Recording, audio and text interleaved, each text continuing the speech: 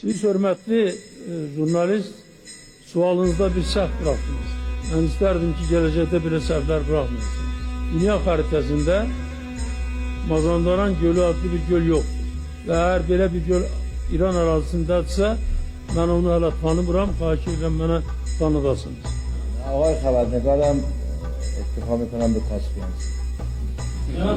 Cenab-ı Hukuk ve Kaspiyans bundan sonra Kaspiyans öyle o Kaspiyans da nece yani bundan sonra? Xəzər dənizi Kürre Erceran'dan dünyanın en mühim denizlerinden biridir. Ve onun adı da Xəzərdir. 300 yıl, 400 yıl bundan önceki haritaları götürseniz orada Xəzər denizi, hava Fatih'in bunu İngilizce değil, Kaspiyası yazılıbdır. Xəritələrdə Sevan Gölü adlı göl yoktur. O xəritələrdə Göyçə gölüdür. Ve bütün diğer bizim istifadə ettiğimiz tarihi toponimlərimiz orada öz əksini tapır.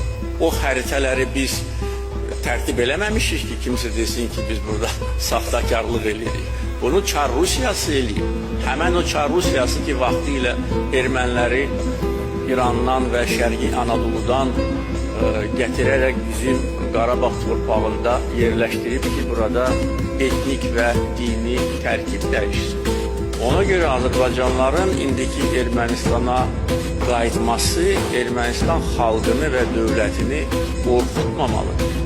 Ben bunu artıq bir müddət bundan əvvəl demişəm. Biz öz tarixi torpaqlarımıza qayıtmalıyıq.